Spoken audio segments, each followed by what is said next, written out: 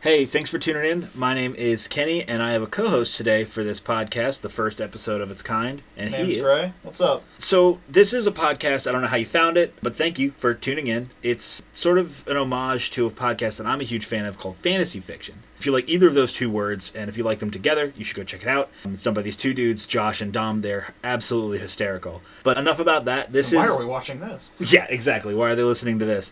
But do listen to this, because I think this will be all right. So, in the same vein of that podcast, which is just two dudes reading stories and laughing about it, I wanted to do something the same vein, but I don't know how to write comedy very well. I know how to write horror rather well, though, or at least I like to think so.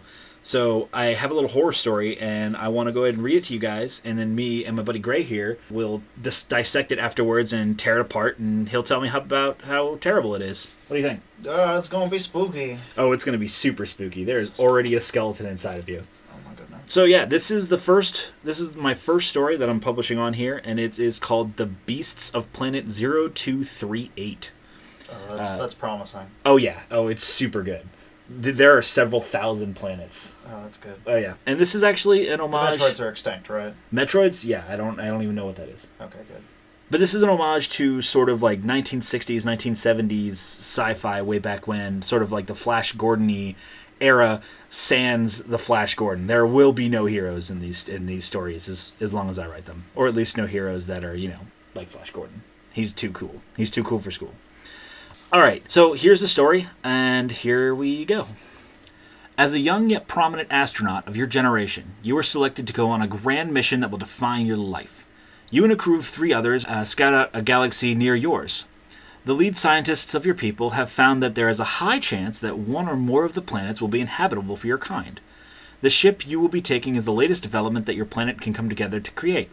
And so, armed with the science and the will of you and your crew, and the technology and the hope of your entire race behind you, you set off.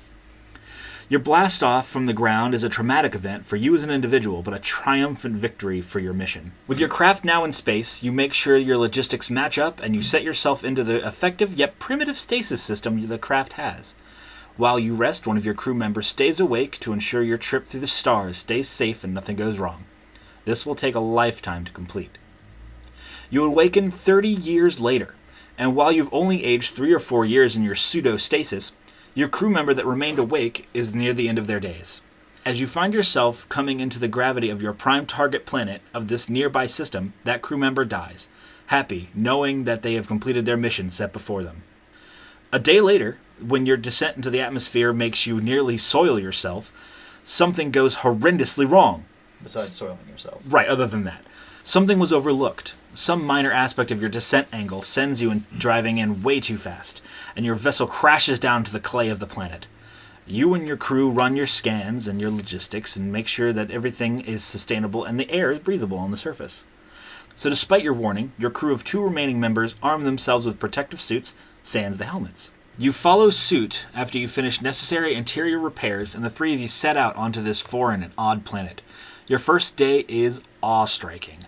Everything is so eerily akin to your home, the way things evolve, the way the plants look. Even the wildlife shares similar traits to the beasts of your home planet. Calling it right now, you just went in a big circle. You're just back on Earth. It was abandoned in 30 to 40 years. Now, that's entirely possible, but I want to point out, and I think that's funny that you said that, is I never say that these people in the story are humans, and I never say that you're coming from Earth. I leave that completely ambiguous. I think that's kind of a nice touch. Day 3 of your time on the planet, and you make a great discovery. You take a chance and remove your helmet outside. The air is fresh with smells so like your home you break into tears thinking of your family, knowing that you may never see them again. Your crew helps you come to your senses as a rustle is heard near your position. You grab your weapon, as do your crew. You've had a few issues with wildlife, but a shot fired into the air has always been enough to make them flee. This time, it was different. This time, these boar-like creatures with tendrils spouting out of their backs approached your landing site. Something was odd. It seemed as if this group of them, some 5 or so beasts, wore a kind of green hat, whose shape was like a pumpkin, yet with no stem on top of it, only a single eye. You raise your weapon to the sky and fire a blast of lasers upwards. The sound of your weapon had scared them in the past, yet this time the beasts did not yield. You fire your weapon a second time at the body of the nearest beast. It falls limp to the ground, and the green hat-like growth on its head leaps off, revealing a pair of long and lathe legs that have been burrowed deep within the beast's skull. You and your crew fire at the beasts, killing the bodies but felling only one of these green brain stealers. Right, cue spooky music. You run inside your ship, and only one of your crew makes it inside before you close the blast doors. You watch from the window, unable to help as your third crew member is pinned down by the green beings and one latches to their head. And with a snap that you cannot hear, yet believe you do in your mind, a hole is bored through their head. Moments later, you see it happen. What your mind has already conceived, your body just now witnesses, unable to assist in any way. Your crew member stands up, eyes blank and lips moving, as if to talk. Your last living crew member acts before you can. You're paralyzed with fear. Yet before your fallen crew member can reach the door, your remaining crew member issues a locking command on the door so that it cannot be opened from the outside. And seconds later, outside the ship, you hear the password being used is denied, and followed by an angry grunt and screaming in your own tongue, yet sounds garbled and wrong. You and your remaining crew member wait and can think of nothing else to do but to leave this planet and send reports home with your findings. So much time wasted, so many years and lives dedicated to this for it to end here. Your last crew member sends off all the data you had collected today, and you sit by the door, with not only your thoughts to haunt you, but the disfigured and queer visage of your dead crew member outside, looking in at you. You swear you hear it talking to you through the glass. You hide your eyes from it and cover your ears, and not until you hear footsteps inside the ship do you look up. There standing before you is your crew member that died on arrival. The older, withered body stands before you with a weapon in hand, pointed at you. A second before you hear the weapon fire, you see the green brain beast on its head. You believe this to be it, the end of your life, and yet the sound of the weapon that fires is distant, and your dead crew member falls limp to the ground, their weapon non-fired. As the corpse falls to the ground, the beast leaps from its perch at your protector. After a moment of watching the pair wrestle, it falls to you to save your last remaining crew member. You close your eyes and squeeze the trigger of your weapon. A moment passes, and the green beast flops to the ground. You get up and embrace your last crew member. Moments later, you hear a blast from one of your weapons outside. You look to the window to find what was controlling your crew member outside is firing its weapon at your hull. Your protector makes a brash call and opens the door to return fire. If the hull is breached, you will both certainly die here. The door opens, and with the flock of beasts that flood and overwhelm your last crew member, you have only enough time to grab your weapon and run into the storeroom, locking the door from the inside and bashing the controls. Things go silent for a time and you fall asleep. You jump up to your feet when you hear the ship rumble awake. Looking out of the porthole, you see dozens and dozens of the beasts flooding into your ship, and the blast doors close as you hear the ship hum to life. These beasts are going to launch the ship. Before you know it, you've taken off. You look at your weapon and know what you must do. You open the access panel in the storeroom that shows you one of the main power lines that lead fuel to the thrusters of your vessel. You point your gun at these, and you know that you may die, and even if you survive the blast and crash the ship, you'll be stuck here forever. However, you know you have to throw away your life, for if these green brain beasts of this forsaken planet can pilot this ship, then they can use the stasis. You cannot risk them getting back to your homeworld. Your mission was to bring an answer to the hope of your people, not retrieve for them their doom. You pull the trigger, and the room fills with the force of the explosion. You pass out from the shock of it all. You awaken to find yourself wounded and bloody in the wreck of your craft, your vision foggy and your one eye swollen shut. You try to stand up, but cannot. You look upon the wreck you had been thrown from, and you relax, knowing you stopped them. But before you know it, you drift asleep. To your surprise, you awaken again. Yet something is different. And then you notice your thoughts are not your own, and you feel a moist weight on your head, and your lips speak that same twisted tongue from your head you heard once before.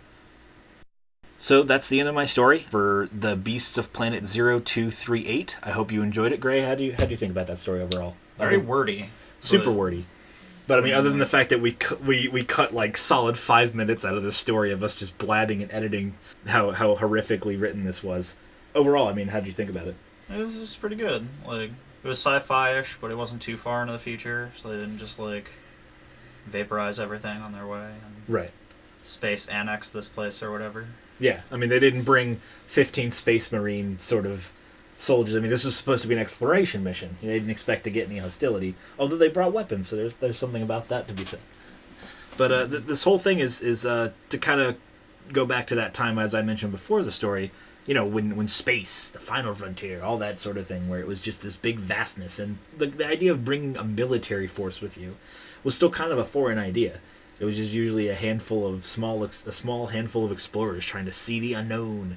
And for those of you listening from the future, this is before the time that space travel was privatized. Right, of course. FedEx brand space travel wasn't a thing yet. And I don't mean to besmirch the notoriety of the mercantile planet 0238 at this time. However, this is a time written before we even categorize planets by number, so you're fine. I don't know. I liked how I brought that to an end, where it's kind of ambiguous at first that your character is dead or has been taken over by one of these beasts, and then I don't even directly say it at the end. It's just sort of like, oh shit, like it's kind of just this oh crap moment for you as a reader to be like, oh man, so well that sucks. Yeah, I suppose. Yeah. So, thank you guys for tuning in. If you enjoyed this, please, let me know in the comments. If you don't like it, let me know. If you guys have any ideas or sort of genres of horror that you'd like to see me attempt to write, or maybe a guest of mine to attempt to write, please just go ahead and leave that in the comments down below. And tune in next time, either this next week or the 2 weeks from now, depending upon anything that I get from you guys. But yeah, thanks again. And thank you, Gray, for joining me. We may have him again if he feels up to it, but I just kind of wanted someone to bounce off in this first podcast. Yep, later on. Peace, and see you out there, Space Cowboy.